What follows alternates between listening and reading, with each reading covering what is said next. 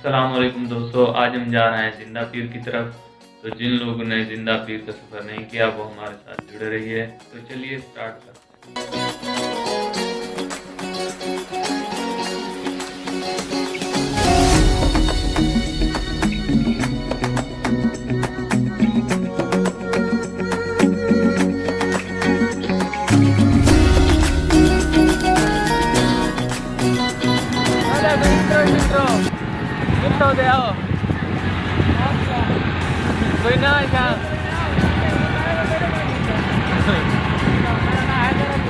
हैदर अली, अच्छा कितो दे घूमण दे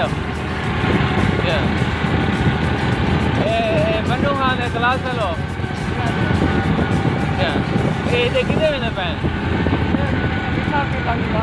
जिंदा पीर उनके बारे कोई हिस्ट्री वगैरह तो बताइए यार उनका पीर है। हाँ और एक किया है। अच्छा अरे गाना वाला सऊदी अरब से आता है। अच्छा और जो के वजह कर ही वजह को जिंदा पीर है भाग वाला कोया कर देता है। वो गारे जो